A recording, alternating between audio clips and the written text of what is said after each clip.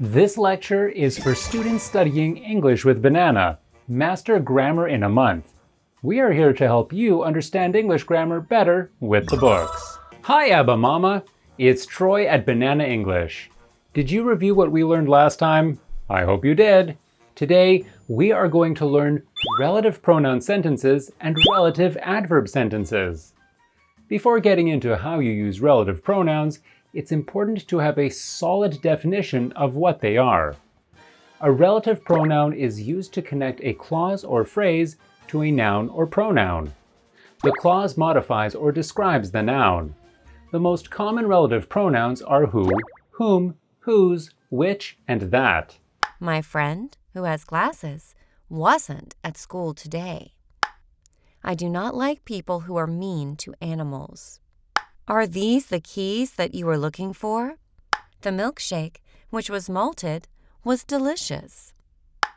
The smart teenager, whose parents are my neighbors, went to a prestigious college. The dog whose ball was in the pool was a golden retriever. Relative pronoun, usage, example. Who, used for people, replaces subject pronouns like I, she, he, we, they. It was my husband who broke the car door. Whose shows possession or relationship. This is the girl whose notes I borrowed. Whom replaces object pronouns like me, her, him. The man whom they found was sent home. Which, used for objects and animals, typically non-defining clauses. The robots, which were waiting outside, were ready for shipment. That, used for people and things, typically defining clauses. The piggy bank that was on my desk got broken. How to use relative pronouns. Relative pronouns are placed directly after the noun or pronoun they modify, which are underlined in the examples below. The noun of the sentence can be described by a relative clause. Since these clauses describe a noun or a pronoun, they are also known as adjective clauses because they act like adjectives in the sentence. Each clause is introduced by a relative pronoun in bold. Relative pronouns connect the description to the rest of the sentence in an orderly way. See how this works through a few examples.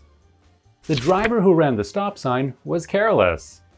The children, whom we love dearly, need better educational systems. Never go to a doctor whose office plants have died. I have a friend whose cat is annoying. The book, which is now out of print, has all the information you need. This is the book that everyone is talking about. Defining and non-defining relative clauses. When relative pronouns are used to add descriptive information, that information is either defining or non-defining. Defining clauses.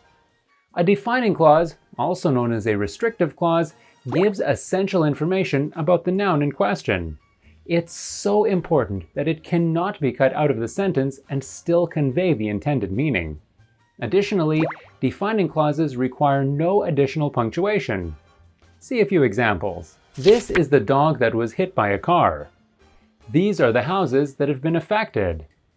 These are the people who want to buy my car. Give the funds to someone who needs cancer treatment. I don't like people who interrupt me. As you can see, the italicized clauses contain critical information. You can tell because if you cut out the clause, the sentence's meaning is fundamentally different. For example, saying, I don't like people is very different from saying, I don't like people who interrupt me. Non-defining clauses. On the other hand, non-defining clauses add information that's nice to have, but isn't essential to the sentence's overall meaning.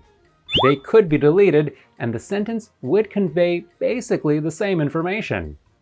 Therefore, non-defining clauses are set apart from the main sentence by commas, which help to indicate its less important status in the sentence.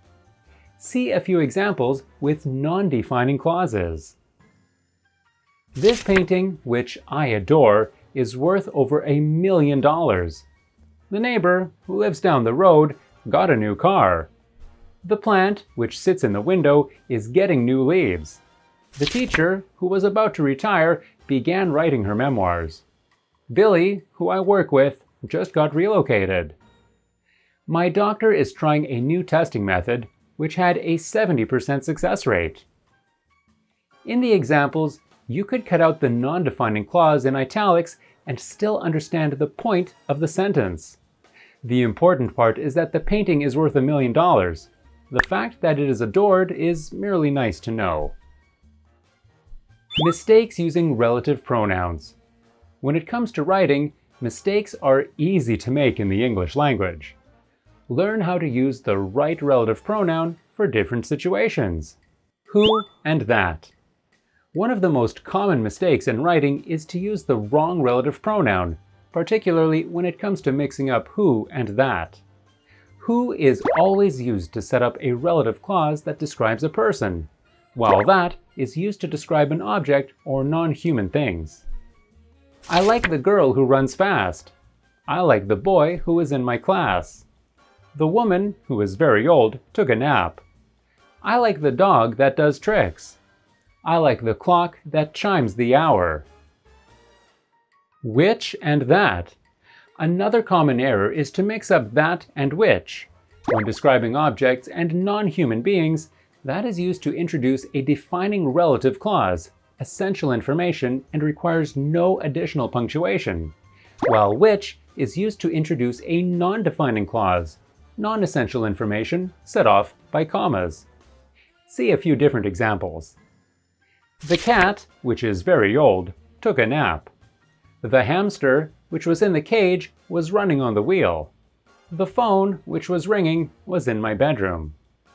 The cat that is very old needs to see the vet today. The cells that we had tested came back as benign. Here are some cookies that everyone can eat. This is all for today. Don't forget to keep practicing. Keep saying your sentences and vocabulary out loud. This is how you get better. Thank you so much for studying with us. You guys are awesome. Keep up the great work, and I will see you in the next video.